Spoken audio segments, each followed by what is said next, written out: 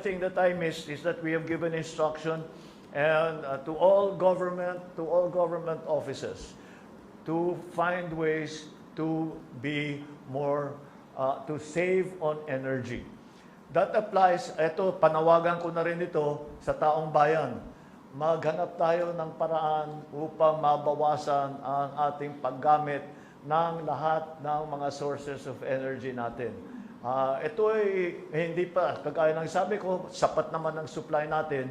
Ngunit ay baka sakali, ito ay kakailanganin natin gawin ito upang mabawasan na ang pagbayad dahil tataas na ang presyo.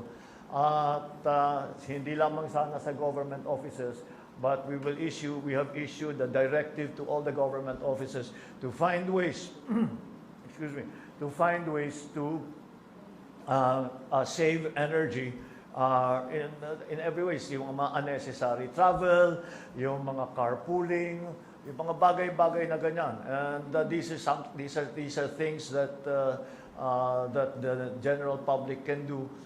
We encourage the use of public transport, private vehicles. Punuin naman ninyo yung sasakyan ninyo. Huwag yung isang tao lang ang gumagamit.